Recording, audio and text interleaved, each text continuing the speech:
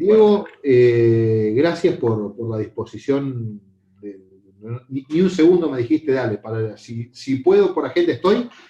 Así que en primer lugar agradecerte. Te he escuchado por algunos amigos en común, pero quisiera que la comunidad te conozca y que te puedas presentar desde dónde vas a contarnos lo que estás haciendo. Bueno, desde ya, bueno, muchísimas gracias por la invitación. Eh, Bien, como en tu parte dijiste, tenías una beta de agrónomo y ahora tenés una beta de tech. Yo estoy parecido en eso. Efectivamente, tengo dos vertientes de tech en este momento. Por un lado, lidero la red Aqua de APRESID. Soy socio de APRESID. He estado siempre hace casi 20 años en la regional Necochea. He estado como productor y asesor acá en la zona sudeste de la provincia de Buenos Aires los últimos 15 años, siempre con agricultura y con ganadería. Y bueno, y en el tema del agua me vinculo porque tengo un proyecto de desarrollo en Neuquén. Básicamente es transformar el desierto en campo con riego, con pivots. Este proyecto se llama Patagonia Sustentable y es un proyecto que hoy está en stand-by. En realidad creo que nunca llegamos al piloto, que era nuestro primer pivot, instalar 100 pivotes en un campo en Arroyito, en Neuquén. Y de ahí eso lo arrancó en el 2008 y bueno, todas las situaciones y circunstancias de no inversión en Argentina llevaron a que nunca arrancara ese proyecto, ¿no? Pero eso nos vinculó totalmente con el tema del agua y a partir de ahí es que termino liderando el proyecto de Red Aqua y ligado a la ampliación de riego en Argentina, y bueno, participando en todos esos trabajos y proyectos.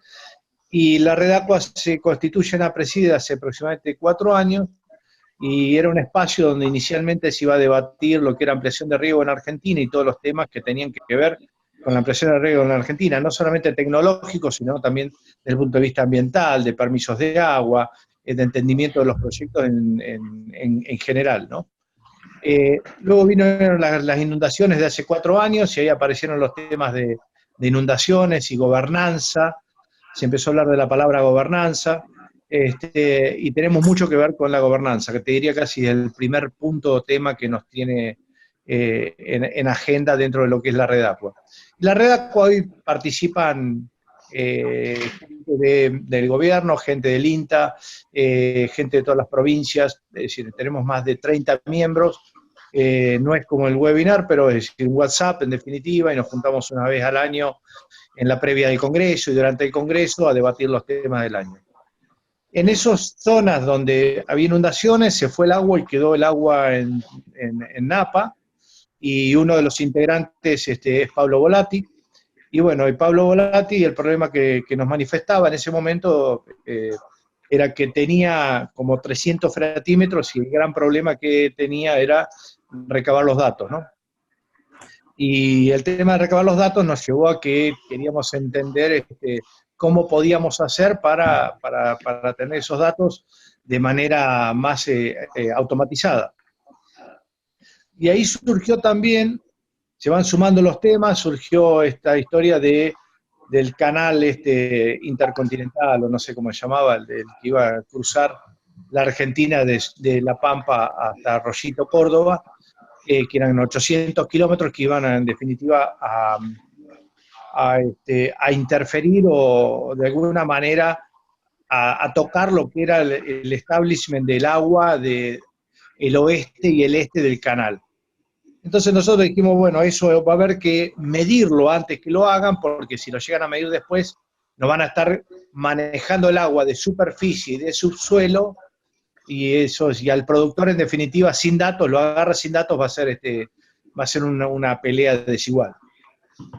Y ahí se junta también la chacra de los Urgentes de Riville, que es lo que vos tenés hoy ahí al lado de Marco Juárez, donde está Moncho García, liderando esa chacra, y que tenían la intención de cerrar una cuenca, que es lo que hicieron. Cerrar es delimitar una cuenca de 5.500 hectáreas y poder armar un balance hídrico de la cuenca bien lo más medido posible.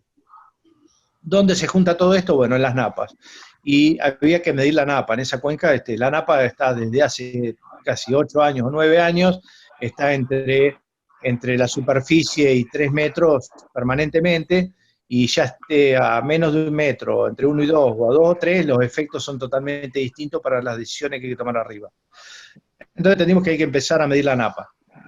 Y bueno, y ahí surgió el proyecto de Freat Data. Y el proyecto de Freat Data, en definitiva, es tratar de medir en tiempo real la napa y transmitirla a una base de datos, y que esa base de datos pueda ser la base para poder desarrollar, por ejemplo, un producto como son los mapas de napa. Hoy en este año en APRESID presentamos el primer mapa de napa de la cuenca de los Urgentes y Riviche, en 4 fechas distintas, y que realmente, aparte de quedar lindo, da mucho entendimiento de cómo están las napas, cómo están respecto de la superficie las napas en esa cuenca, ¿no? Tengo una pregunta con respecto a lo que son las napas y después me gustaría volver a lo que son los problemas, pero voy de lo particular a lo general. Yo lo que había visto en algún estudio era que la napa estaba como al mismo nivel, como si fuera a nivel del agua, y a posterior, y lo que uno después corregía la altura de la napa era en función de la topografía. ¿Eso acá pudieron medir exactamente lo mismo o la napa no se comportaba en esta zona con esto que encontraron en la provincia de Buenos Aires? El primer mito que cayó es ese. Realmente la napa podés tener, mirá, te voy a pasar un caso que tuvimos, el primer mapa de napa que tuvimos, lo tuvimos en Balcarce, en un campo de cría, que estaban midiendo la napa, un campo de 8.000 hectáreas, tenía 11 fratímetros instalados. Hicieron el mapa de napa y el campo de cría ese tenía una diferencia de altura de casi 30 metros de altura, la parte más alta, la parte más baja. La parte más alta, la napa estaba a 70, 80 centímetros. La parte más baja, la tenía a 2 metros. Entonces, es totalmente, y ahí empezamos a entender que no era todo lo mismo, y ahí hay una medida que se llama las ISO, ya me va a salir para cómo se llama. Ni Isobara ni Isoieta, Isonapa. ISO-IPSAS. Las ISO-IPSAS son en definitiva las distancias que tenés de la napa. ¿Con H o sin H? ISO sin H, IPSAS con H. Entonces, en definitiva, empezamos a entender que, nada, jugaba la profundidad de napa y jugaba la ISO-IPSAS. Para eso teníamos que tener la topografía, ya tenés 2 datos. Y la topografía en el punto de la napa, en el punto de la medición. Entonces, nada, son datos que fueron surgiendo, ¿no? Nada, tenemos que tener uno, tenemos que tener el otro, tenemos que medirlo. Y hasta ahora fuimos entendiendo, cada vez que íbamos haciendo una cosa, íbamos entendiendo que se nos iba como abriendo puertitas de que cada vez sabíamos menos. Esa es la realidad de la historia. Y bueno, y para medirlo en tiempo real a la napa, salimos a buscar fratímetros, y esos fratímetros, cuando lo fuimos le preguntamos, salimos a buscar presupuesto, y dijimos, bueno, ¿cuánto vale el fratímetro? Y yo, $3.000, $3.000, $3.500, $2.500. Eran fratímetros que transmitían en tiempo real al satélite y de ahí a la base de datos. Pero si nosotros queríamos meter un fratímetro cada 100 hectáreas, es una fortuna. Y entonces nos decidimos a otro proyecto que fue el desarrollo de la tecnología de los fratímetros, desarrollar los fratímetros, como nosotros lo denominamos, low cost. Y hoy llegamos a un entendimiento de decir, bueno, tuvimos ahí una participación media colectiva, y en esa participación colectiva llegamos a un fratímetro que está por debajo de $500. En realidad son lo que nos denominamos nosotros estrellas. Es un fratímetro que tiene la transmisión en tiempo real en satélite y 5 o 6 fratímetros que están a menos de 5 kilómetros de distancia de ese fratímetro que transmite el satélite y transmite por radio, por red LoRa. Entonces el fratímetro es en definitiva un sensor que mide la altura de la napa freática en una profundidad de hasta 4 metros y transmite el dato por red LoRa que es por radio, hasta el fretímetro, hasta al gateway, que es el central, y ese al satélite, el satélite termina en la flat data. Eso es un piloto, de hecho, hoy tenemos 12 instalados de ese tipo, están funcionando en la chacra de los Urgentes en Riviche, y bueno, y ahora el proveedor, que es un muchacho que los hizo de acuerdo a la demanda que nosotros le fuimos haciendo, hoy estaría en condiciones de hacer una tanda más de unos 20 o 30 centímetros, creo que lo está fabricando en este momento. Pero muy artesanal por ahora ese tema, y hay que ver cómo escala. ¿A dónde queremos terminar en todo esto? Es que todos estos fratímetros terminen con en la base de datos de Flat Data, y esa Flat Data en definitiva pueda abastecer las plataformas hoy, ya sea Puma, que está colaborando con nosotros, Bauravant o cualquiera de las plataformas digitales, de datos que puedan ser una capa más, en definitiva, para los datos. Porque esto es, en definitiva, manejar datos en posición, en GIS, en definitiva es eso. Y poder darle herramientas al productor, lo que vos dijiste, es para cuanto más cerca tengamos un mapa o algún producto cerca de una decisión, es donde el productor va a tener valor. Eso es en definitiva lo que estamos pensando. A ver, espectacular. Hoy en día tomo el problema de esto de particular de armar la medición, y hasta me divierte desafiar a la comunidad tecnológica para ver quién nos arma el modelo de esto. Me encantaría colaborar por ahí. Ahora, yendo para arriba, hoy ¿cuáles son los principales problemas problemas o desafíos o signos de interrogación que nos plantea el desconocimiento del agua? Yo mencioné uno que por ahí es muy evidente para el sector, que es esto de cuándo decidir salir de los cultivos de cobertura, pero me imagino que debe haber varios otros lugares donde el agua moleste el desconocimiento, sobre todo. Moleste o favorezca. Moleste o favorezca, pues, moleste el desconocimiento. Básicamente lo que nosotros queremos entender, a ver, yo te hablo desde Redacua, que nosotros ayudamos a la chacra, a los Urgentes en Riviche, con la tecnología y el desarrollo tech, en definitiva, de hacer la medición de napas. Ahora bien, la chacra, el gran desafío que tiene es tratar de entender lo que es el balance hídrico y cómo hacerse de todo el balance hídrico, casi te diría en tiempo real. Porque ahí te llueve, te viene agua de la napa de otro lado, si es que estás en un lugar que te viene la napa de otro lado. ¿Cuánto, por ejemplo, un dato? Entendimos que la napa, te llueven 100 milímetros, ¿en cuánto tiempo y cuánto te sube una napa, por ejemplo? ¿Tenés una idea? ¿Vos te querés tirar, arriesgar de 100 milímetros y en cuánto tiempo y cuántos centímetros te sube una napa por 100 milímetros de agua arriba? Sí, y que lluevan arriba tuyo, que lluevan despacio o fuerte, o que lluevan 100 kilómetros de distancia y se te suban a napa vos. Exacto, bueno, la primera que nosotros medimos, la primera vez que la pusimos en diciembre en Marcos Juárez, en el INTA Marcos Juárez, llovieron 120 milímetros. Tardó 28 horas en estabilizarse la napa y subió casi 1 metro la napa. Entonces, a un tipo que tiene sembrado un maíz en fecha y que el 20 o el 25 de diciembre tenga una napa a 1 metro y que te lluevan 100 milímetros, y es un problemón.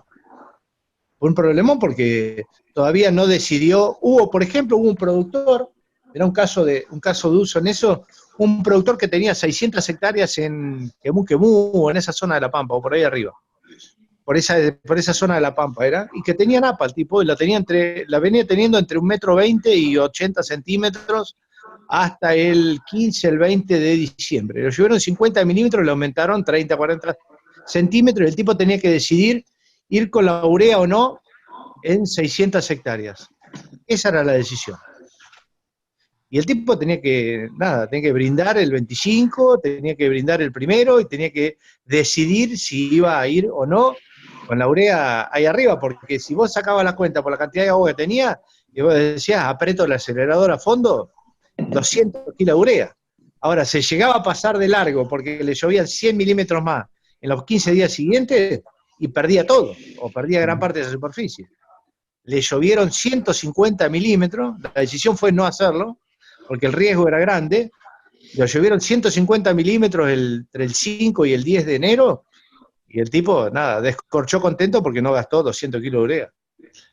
Entonces, la cantidad de decisiones que podés llegar a tomar entendiendo la dinámica del agua es muy grande en cuanto a riesgo y en cuanto a productividad, es decir, a definir densidades, como decir, los momentos de salir de una intervención de invierno, o si tenés que hacer una cobertura antes, tenés un maíz en pie, lo ven a cosechaste y tenés que hacerle una vena o algo al boleo para que te seque más el perfil antes de la cosecha y no tengas problema en la cosecha. Son infinitas las cantidades de decisiones que, si te pones a tomar todas las decisiones que tomás, siempre están afectadas y por mucho por la napa y por los riesgos que implica, tenerla más abajo, tenerla más arriba. Hay una dinámica también de napa que se va a estar estudiando, que es, por ejemplo, de acuerdo a la profundidad de napa, tratar de armar un perfil de cultivo. Si vos arrancás con una napa 1 metro y un determinado nivel de lluvia, con un trigo, maíz o una soja, si lo arrancás a 2 metros, ¿qué te puede pasar? Si lo arrancás a 3 metros, ¿qué te puede pasar? Ese también es otra línea de trabajo que se está desarrollando. Claudio, le voy a hacer un pasito el pase a Claudio para que después ahí se puedan aportar mutuamente. Claudio ya hace 15 años midiendo, no digo la napa, pero midiendo el suelo para eficientizar procesos de riego. En algunos casos debe haber habido napas y en otros no. ¿Qué conocimiento tenés en cuanto a lo que es el comportamiento de napa? En cuanto a si cambia un cultivo y por más que estés en la misma napa, la situación es completamente diferente, es irrelevante si hay un cultivo u otro. Mira, bueno, nosotros trabajamos con agua de suelo hace, más de 18 años y trabajamos con diversos, o sea, por supuesto siempre lo hemos enfocado, nuestro, digamos, corazón de negocio siempre fue en la empresa manejo de riego, ¿no? Y monitoreo de riego, en los primeros, digamos, en el primer metro y medio de perfil de suelo. Ahora, hemos participado en diferentes estudios y en diferentes, digamos, desarrollos de proyectos para medir napa. Nosotros, por ejemplo, con la Universidad de Río Cuarto, instalamos una red de freatímetros en la cuenca de Levalle Villarrossi. Ahora, ¿cuánto Mauro? 8 años. Sí. Unos 8 años, en donde teníamos freatímetros conectados por telemetría en tiempo real, en donde veíamos esa dinámica de agua, en donde, bueno, pasa gran parte de lo que decía recién Diego Heinrich, es decir, por un lado son los comportamientos de las cuencas de napa, que es diferente a la cuenca de relieve que podemos tener en superficie. De hecho, nosotros tenemos acá un cliente que también le hacemos monitoreo de napa y también cultivos en función de la altura de la napa, en donde él tiene, por ejemplo, una cuenca cerrada en una parte del campo, en donde es independiente del resto de la napa que tiene en otro sector del campo que tiene influencia y no dentro de su campo.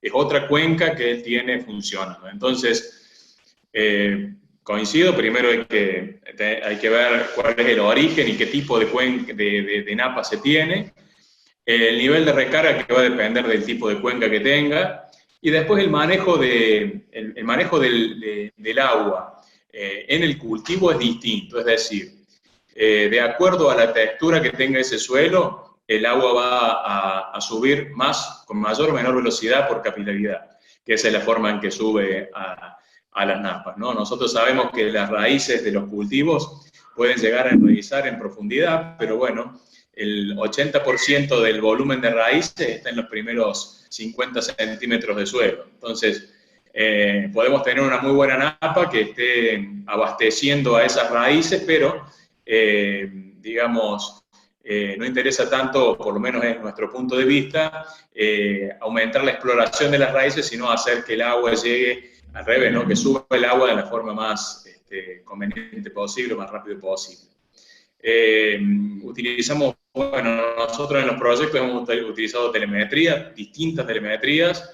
No descartamos el uso de satélite. Bueno, de hecho hemos tenido algún desarrollo de comunicación satelital, pero bueno, nosotros lo basamos en una cuestión de costos, ¿no? Pero nosotros lo hacemos a través de telemetría de distintos tipos, UHF, LoRa, Narrowband,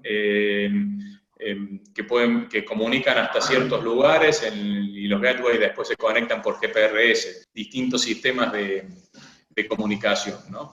La conectividad en estas redes es fundamental. Nosotros para lo que es monitoreo de riego utilizamos conectividad y bueno, justamente la limitante en Argentina, bueno, y en el mundo, ¿no? Porque no es solamente un problema nuestro, es justamente la forma de manejar el dato para tenerlo en tiempo real, para que nos dé soluciones, para que nos dé información más rápido, después ver y tomar decisiones. Pero bueno, un poco esa es la visión que tenemos respecto de las napas. Napa, bueno, nosotros acá en el sur de Córdoba, bueno, vos sabés, porque bueno, estás en una zona de mucha napa, ahí en Marco Juárez, pero nosotros acá también tenemos una fuerte influencia de acuerdo a los años, y bueno, es importante tener un mapa de napa y, digamos, de hecho nosotros tenemos una plataforma en donde siempre ponemos georreferenciados los puntos en donde están las napas fluctuando, digamos, ¿no? Y eso nos da una información muy valiosa. Ahora, el productor muchas veces no lo toma en cuenta, entonces a la hora de invertir, como él decía, ¿no? Los sensores no son baratos, son realmente por ahí una inversión que hay que hacer, pero bueno, el beneficio que da la información siempre supera el costo que puede tener un sensor y que además se amortiza en el tiempo sin darnos cuenta.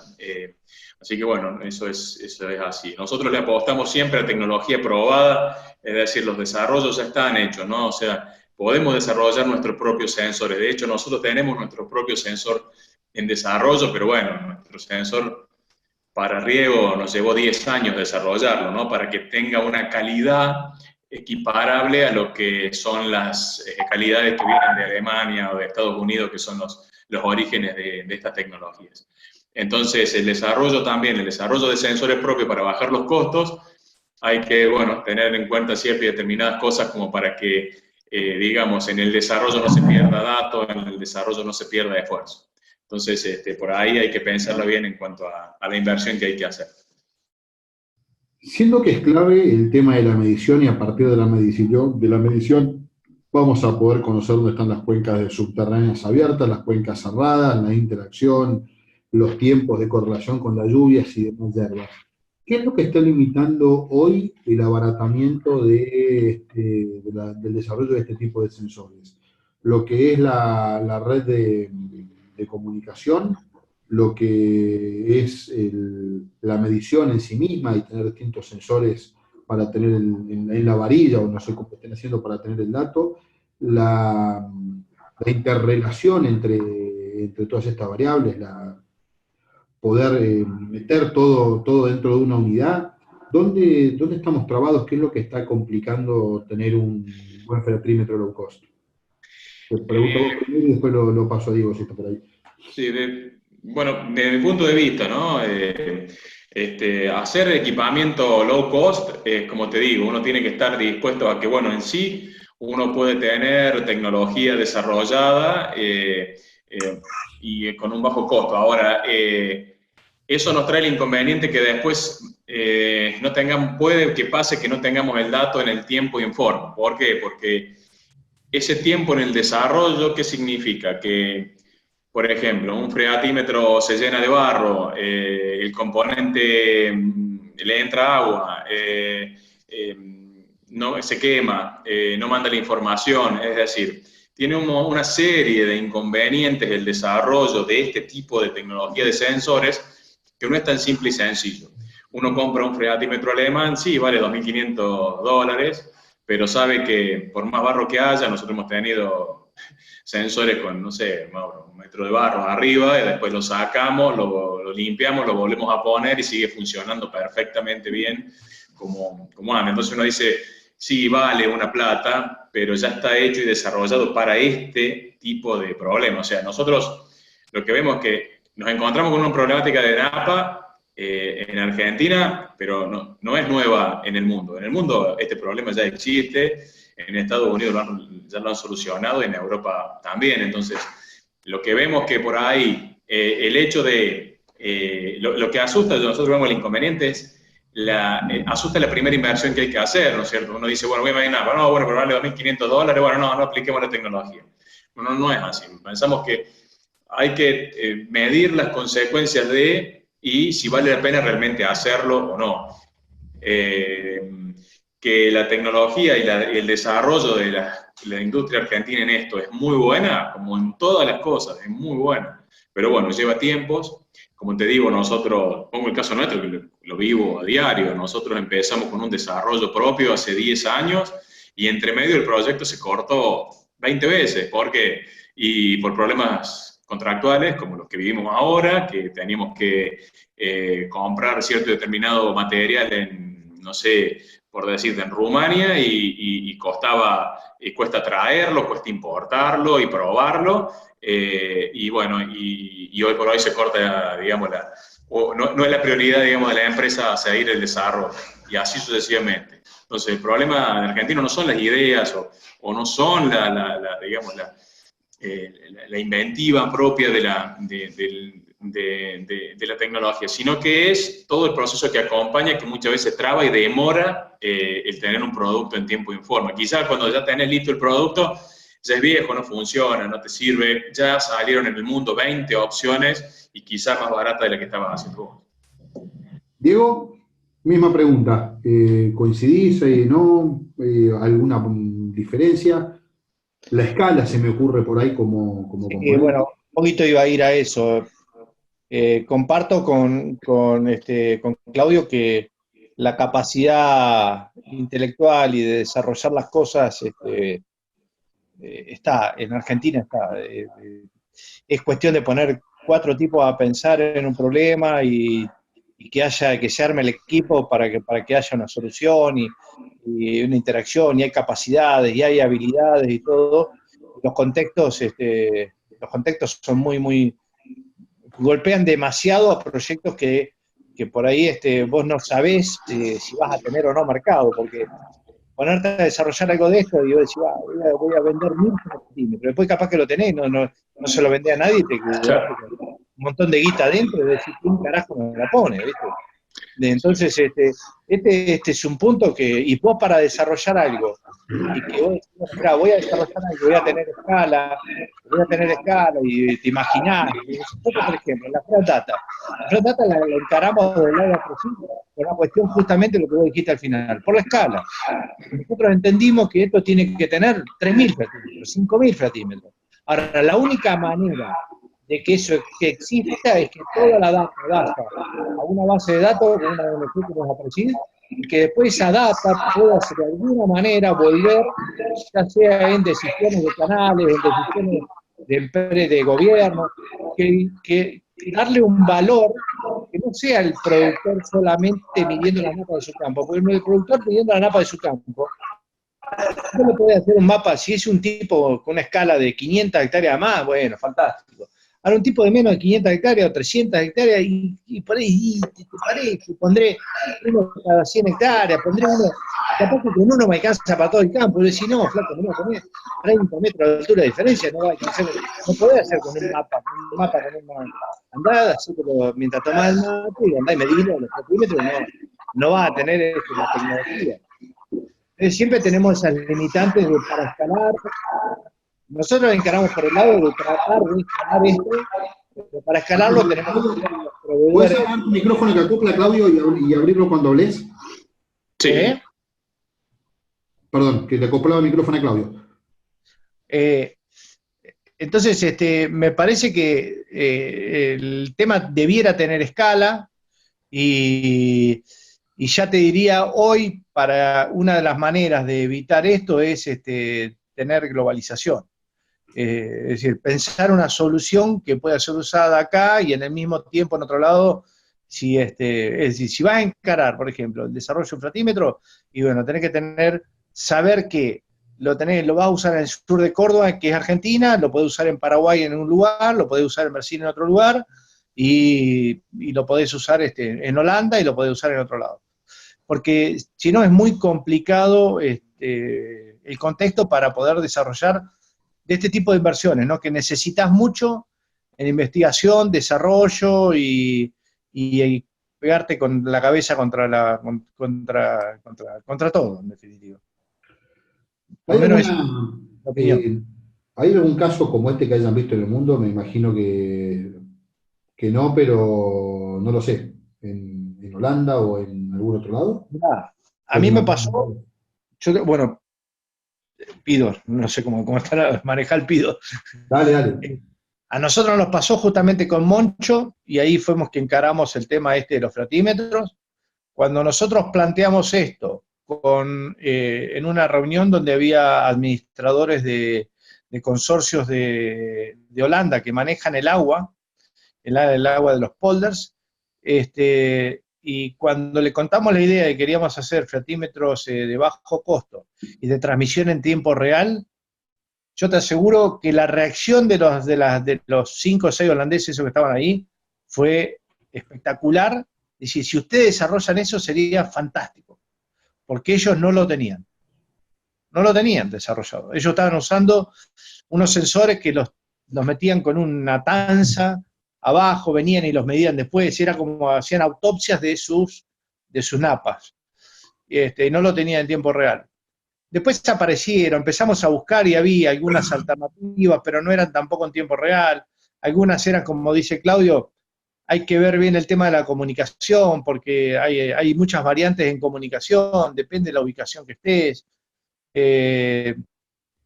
En Holanda, que por lo menos por la interacción que tuvimos, no lo tenían. Y ahora sabemos que, por ejemplo, hay una empresa australiana que están desarrollando muchos sensores. Es una cantidad de sensores impresionantes para aprovechar toda una red que ellos tienen de comunicación de radio, de red LoRa, en definitiva, distribuida por toda Australia. Ellos empezaron al revés. Tienen la red de transmisión y la querían usar, entonces empezaron a desarrollar todos los sensores que se les puede imaginar, porque el concepto de ellos es que la planta te tiene que hablar a través de los sensores. Está muy buena la idea. Y eso está bueno, y dentro de esos sensores están los fratímetros también, pero eso es ahora, reciente, desde los últimos 6 meses. Bueno, yo te cuento un poco lo que nosotros hemos visto en el exterior. Australia, como decís vos, es un lugar donde ya llevan más de 25 años en desarrollo de sensores para lo que es medir humedad de suelo. Decimos, ellos saben y son conscientes que son un gran desierto y que, ellos manejan su agua de la manera más eficiente posible.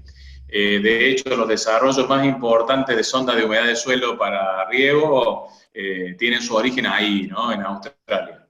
Después hay casos en el resto del mundo en donde se mide humedad de suelo, pero ya para medir humedad de suelo y en forma directa al cultivo, para que, como dice Diego, la planta te hable mediante el sensor, ya estamos hablando de humedad de suelo en el entorno radicular, en ese entorno de los primeros 40 centímetros, que es justamente en donde se define el partido, digamos, ¿no? Ahí decimos que siempre acá en Aseagro decimos, el riego se define siempre en esa profundidad y es en donde te va a dar, el verdadero potencial que tiene un cultivo. Respecto de, justamente eso, nosotros pensando en eso, pensando en el desarrollo que hemos nosotros hecho en estos últimos años, decimos que no solamente en el riego es importante medir humedad de suelo, digamos, es importante medirlo en todos los cultivos y en secano, por supuesto que también. Más allá de la influencia de la napa o no, nosotros justamente un proyecto que, Fede, vos estás al tanto porque, el lunes lo presentamos en un grupo de inversores en donde tenemos un desarrollo para poder medir agua útil en cultivo de secano en cualquier momento, es decir, tener instalado un sensor que mida humedad de suelo, o si no se tiene un sensor, una forma de medición directa del agua de suelo que vaya a un software y permanentemente nos esté dando el valor de humedad disponible o agua disponible en milímetros para el cultivo, el barbecho, o como vos decías, para tomar una decisión de quemar o no un cultivo de servicio, que es lo que últimamente estamos escuchando, que bueno, pasa la decisión por la cantidad de agua almacenada que tenés o no, y más en un escenario en donde se presenta con poca agua, por lo menos acá en el centro del país, bueno, en Río Cuarto y zona, nosotros somos de Río Cuarto. Entonces, bueno, vemos que ya pasa a ser una herramienta que se puede utilizar, digamos, esta tecnología ya se aplica a cultivos que no tienen tanta tecnología encima como son cultivos de secano. Sabemos que los cultivos bajo riego, bueno, son Fórmula 1, ¿no? Tienen todo, absolutamente todo, y se puede ajustar todo porque manejamos el agua.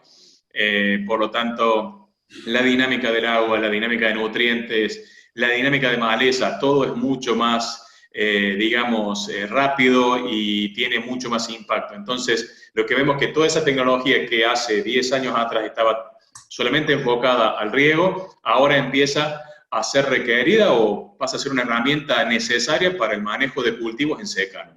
Entonces, ahí orientamos también nosotros estos desarrollos tecnológicos en donde, bueno, se empiezan a solucionar los problemas que antes eran las limitantes, que era la conectividad, por ejemplo, en donde, bueno, empezamos a tener soluciones de ese tipo y también de desarrollo de sensores a un bajo costo. Bueno, a ver, me encantó el abordaje porque muchas veces este mundo ACTE que estamos pensando en, no sé, en el futuro y en decir que estamos construyendo el futuro, y creo que hay mucho tech para poder monetizar hoy de corto plazo, y creo que lo que el mercado del lado productivo por lo menos está pidiendo es esto, así que planteado el tema para emprendedores que quieran traer soluciones a esta dinámica que, bueno, me parece que si es razonable, tiene un mercado de fuerte crecimiento de corto plazo. Diego, Claudio, 1.000.000 de gracias por el tiempo, yo aprendí un montón y, bueno, seguiremos en contacto. Bueno, muchas gracias, Federico, por la convocatoria, y realmente cuenten con nosotros para lo que necesiten en estos aspectos técnicos que son muy enriquecedores. Y muchas gracias, Diego Heinrich, por ponernos al tanto de la red que ustedes están armando, que es realmente muy, muy, muy interesante. Bueno, de igual modo, muchísimas gracias a Claudio y Federico realmente por esta oportunidad, y quedo totalmente a disposición para este tema y para otro que ahora te voy a pasar también por privado para que lo tengan en cuenta para el futuro también. Me vas a mandar tu CV, eso quiere decir. No, te voy a mandar el de carnes validadas. Por eso te digo, por eso te decía el CV. CV, sí. Exactamente, sí, ya cuando toquemos ese tema, sin duda te voy a avisar. Bueno, bárbaro, entonces. Buenísimo, nos vemos la próxima, buen mes.